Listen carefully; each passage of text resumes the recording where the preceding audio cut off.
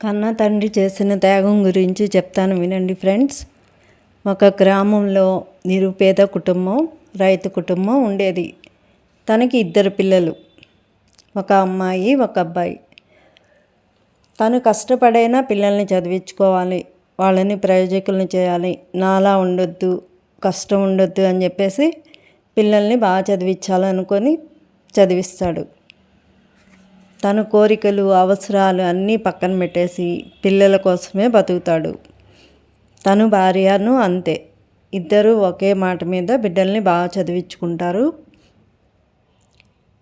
ఈ రఘు అనే అబ్బాయి మంచి స్థాయికి వచ్చి మంచి జాబ్ తెచ్చుకుంటాడు.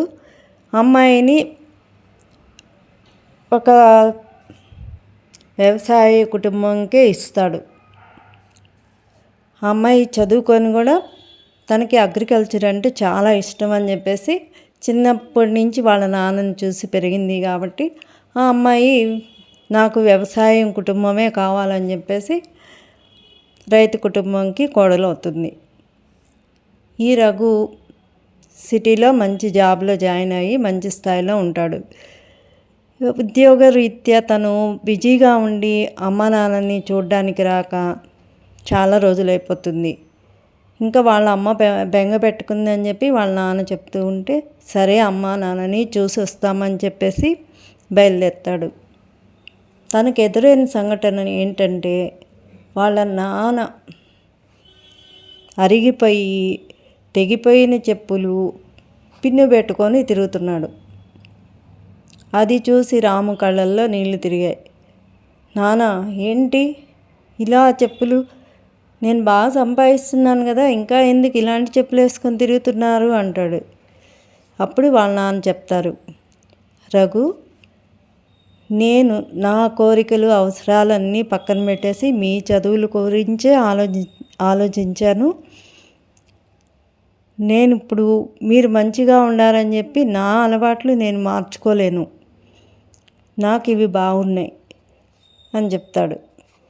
వాళ్ళ అమ్మని పిలిచి, అమ్మ నువ్వెందుకు గమ్మునున్నావమ్మా, నాన్న ఇలాంటి చెప్పులు వేసుకొని తిరుగుతుంటే నువ్వెందుకమ్మా చూస్తున్నావు అని అడుగుతాడు.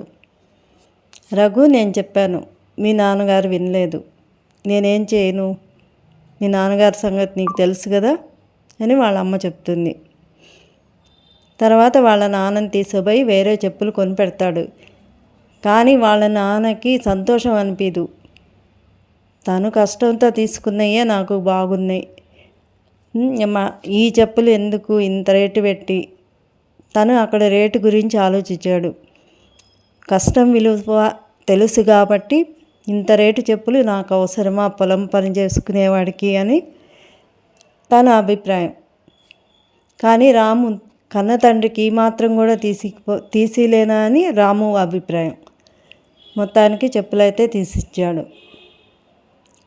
సరే నాన్న, మీరు నాతో వచ్చేయండి, ఇన్ని రోజులు కష్టపడ్డారు, చెల్లి బాగుంది, నేను బాగున్నాను, మీరు నాతో ఉండండి నాన్న అని పిలుస్తాడు.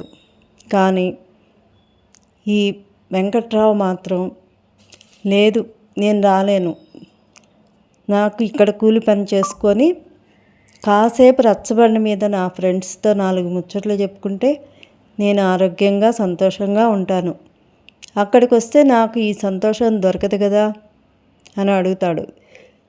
లేదు నాన్న, మిమ్మల్ని ఇలా వదిలిపెట్టి వెళ్ళడానికి నాకు ఇష్టం అవ్వట్లేదు నాన్న, వచ్చేయండి అంటాడు. ఇంకా ఫోర్స్ చేస్తాడు, వాళ్ళ అమ్మని ఒప్పిస్తాడు, అమ్మ వెళ్దారండి అని. రఘుకి పెళ్ళి కాలేదు, సరే ఒక్కడే ఉంటున్నాడు, అలాగే వెళ్ళి ఉండి వద్దాము కొద్ది రోజులు అని తీసుకెళ్తుంది.